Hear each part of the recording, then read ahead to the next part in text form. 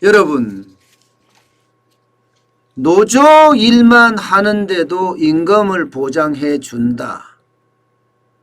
그러면 기업들 입장에서는 어떨까요?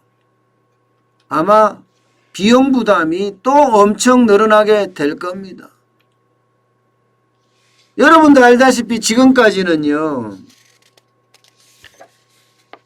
노조 전임자에 대한 급여 금지 규정이 노동법에 있었습니다. 그런데 노동법이 바뀌면서 이 노조 전임자에 대한 급여 금지 조항이 삭제됐습니다. 삭제됐다는 것은 결국은 노조 전임자에 대해서 기업이 이제는 월급을 지급해야 된다는 이야기예요. 아니 노조 일만 하는데 왜 기업이 임금 보장을 해주냐 이렇게 강경하게 이야기를 하지만 아무 의미 없다는 이야기입니다. 오로지 문재인 정부는 친노조 정책이니까 기업인들의 이야기는 한쪽 귀로 듣고 한쪽 귀로 흘러들인다 이렇게 생각하면 될 것 같아요. 여러분, 김용건이라고 전 경영자 총협회 부회장이었습니다. 이분이 그만두면서 하는 말이 뭐라고 했나 하면 세계에서 가장 강력하고 한쪽으로 기울어진 나라가 대한민국이다. 이렇게까지 강한 발언까지 쏟아부었습니다. 그만큼 대한민국은 노조 중심의 나라가 됐습니다. 이게 앞으로 대한민국의 생산성에 엄청난 영향을 미칠 거예요. 이제 시간이 얼마나 걸릴지 모르지만 이 노조 중심의 나라가 앞으로 계속 가면 갈수록 나라가 꼬라지가 우스워질 겁니다. 여러분, 자동차 3사 보자고요. 자동차 3사. 현대자동차, 기아자동차 빼고 한국 GM 어떤가요? 르노 삼성은 어떤가요? 쌍용자동차는 어떤가요? 다 노조 리스크 아니었습니까? 노조 리스크. 노조 때문에 이제 기업들 다 망하게 생겼어요. 새 기업 다. 이게 우리의 실상입니다, 여러분. 이런 실상을 알고 있어야 되는데 몰라요. 모르겠어요. 앞으로 이제 노조를 등에 업고 10년 장기 집권, 20년 장기 집권, 30년 장기 집권, 100년 장기 집권 하겠다는 뜻인가요? 저는 그렇게밖에 이해가 안 돼요. 그렇게 노조를 등에 업고 10년 장기 집권, 20년 장기 집권 한다면 여러분, 대한민국이 이게 올바로 갈 수 있겠습니까? 대한민국은 자유민주주의 국가예요. 시장경제를 굉장히 지향하는 국가, 아니 굉장히가 아니고 완전히 지향하는 국가죠. 그런데 그 국가 안에 지금 노조의 법들은 어떻게 생각하면 말도 안 되는 법이다 이런 생각을 해요. 사업장을 점거하고 노조는 파업할 수도 있습니다. 이제는 사업장을 점거하고. 이게 뭐죠? 여러분, 기업이라는 걸 생각해 보자고요. 기업이라는 걸. 기업은 분명히 근로자고 경영주고 이렇게 두 축이 있습니다.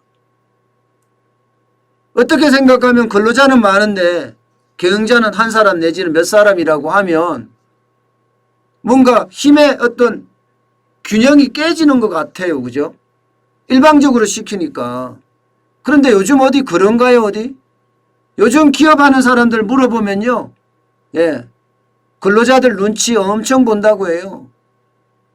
그러면 둘이가 상생하면서 뭔가 성장을 계속 치고 나가면 될 거 아니에요. 성장을. 그런데 과연 여러분 우리가 그런가요? 맨날 대립적 관계에서 어울려 있습니다. 이게 노조가 정치화돼서 그래요.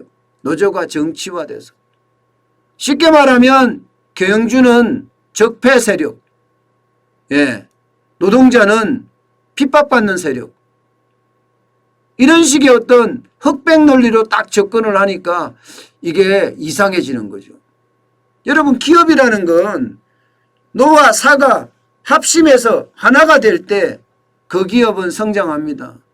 그런데 과연 우리 기업들이 그렇게 성장하고 있나요?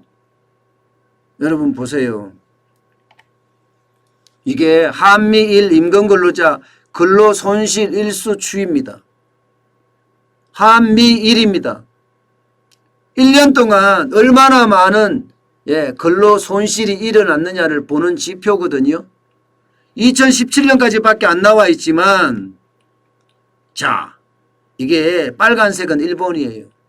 0.31입니다. 1년에. 1년에 0.31이 근로손실 일수예요. 미국은 3.11입니다. 3.11. 대한민국이요? 43.21이에요. 43.21. 이렇게 해서 경쟁이 되겠어요? 경쟁이?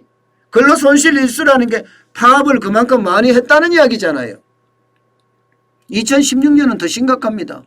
이때는 여러분도 알다시피 박근혜 대통령 탄핵한다고 맨날 첫날 서울 광화문에 노조가 몰려왔기 때문 아닐까 이렇게까지도 분석해요.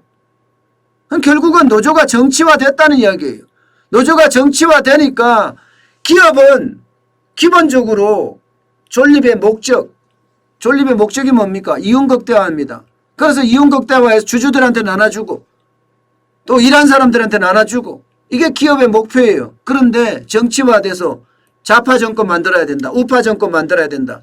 이렇게 돼버리면 이게 노조가 바로 서겠습니까? 기업의 목적조차도 잊어버리는 거 아니에요. 목적조차도. 기업은 이윤극대화인데 생산성은 빠지고 여기에 근로손실일수는 이렇게 커지고 그러면 과연 대한민국이 앞으로 미국과 일본하고 경쟁을 해서 우리가 이기겠습니까? 천만의 말씀이요. 이기기 불가능해요. 이기기 불가능하다고요. 완전히 앞으로 자칫 잘못하면 굉장히 어려워지는 그런 상황을 맞을 수도 있습니다. 여러분 보세요. 앞으로 노사관계법이 이렇게 바뀌었어요. 이제 사업장을 점거하고 파업을 해도 돼. 미국도 위법, 독일도 위법, 프랑스도 원천적 위법입니다. 영국도 위법, 일본도 위법이에요. 대한민국만 합법이에요. 합법. 야, 이래서 여러분, 이래서 기울어진 운동장이라는 거예요. 전 세계가 직장 점거하고 파업하면 위법이에요. 생산시설 점거하고 파업하면 위법이에요. 주요 업무시설 점거하고 파업하면 위법이에요. 대한민국은 합법입니다. 이래서 대한민국이 어떻게 살아남겠습니까? 이래도 기울어진 운동장을 바로잡은 건가요? 천만의 말씀이요.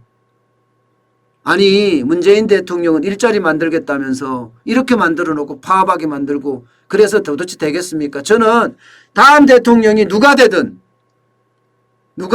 만약에 우파가 대통령이 만약에 된다면 말입니다. 아마 노조가 가장 시끄러울 겁니다. 아마 노조가. 결국은 우파가 대통령이 된다고 하더라도 나라가 진짜 정신없이 어지러울 거예요. 다음 대통령도. 이렇게 법을 다 해놨으니까 법으로 다 마련해놨으니까 합법한 대로 움직이겠다. 대한민국 경제 점점 불안해지는 이유 이제 아시겠죠. 저도 그렇게 보입니다. 점점 대한민국 경제는 굉장히 안타까운 그런 상태로 간다는 거예요. 그래서 더 마음이 아픕니다. 대한민국은 그들만의 나라가 아닌데 지금 대한민국은 마치 그들만의 나라인 것 같습니다.